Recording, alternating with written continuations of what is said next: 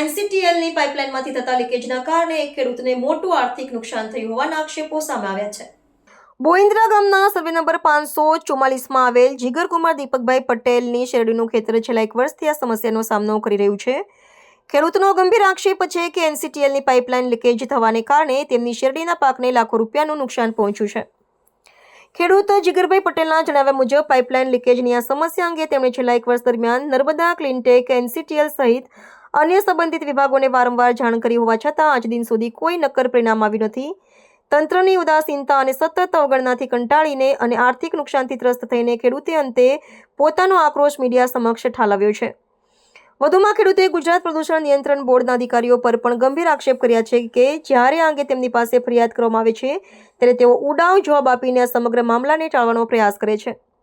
ખેડૂતની માંગ છે કે સંબંધિત વિભાગો તાત્કાલિક આ લીકેજનું સમારકામ કરે અને તેમને થયેલા લાખો રૂપિયાના નુકસાનનું યોગ્ય વળતર ચૂકવવામાં આવે। આ સમગ્ર ઘટનાક્રમથી ખેડૂત સમાજમાં ભારે રોષ જોવા મળી રહ્યો છે અને તંત્ર સામે સવાલો ઊભા થયા છે કે આટલા લાંબા સમયથી ચાલી આવતી સમસ્યાનો ઉકેલ કેમ લાવવામાં નથી આવતો। રિપોર્ટર રવિ સૈયદ, અંકલેશ્વર।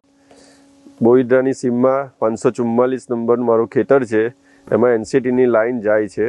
એમાં આજે વર્ષ દિવસ પહેલાંનું અમારું લીકેજ છે। અહીંયા એમાં કેમિકલવાળું ગંદુ પાણી એટલું બધું નીકળે છે ને એટલું બધું મારે ખરાબ પાકને નુકસાની થયેલી છે। હમણાં હાલ મારે ખેતરમાં શેરડી છે ઊભી, એ જગ્યા પર જે જગ્યાએ પાણી ગયેલું છે એ જગ્યાએ બધી શેરડી મળી ગયેલી છે એમાં। ને મેં મૌખિક રજૂઆત પહેલી કરી હતી, ત્યાર પછી લેખિત રજૂઆત કરી, પછી અમે એસોસિએશનમાં જાણ કરી છે। એસોસિએશનના પ્રમુખને, પાનોલી જીઆઈડીસી ને ગાંધીનગર વાઇસ ચેરમેન છે આઈએસને પણ લેખિત અરજી કરેલી હતી, પણ અત્યાર સુધીમાં કોઈ હાથ ધરતું નથી।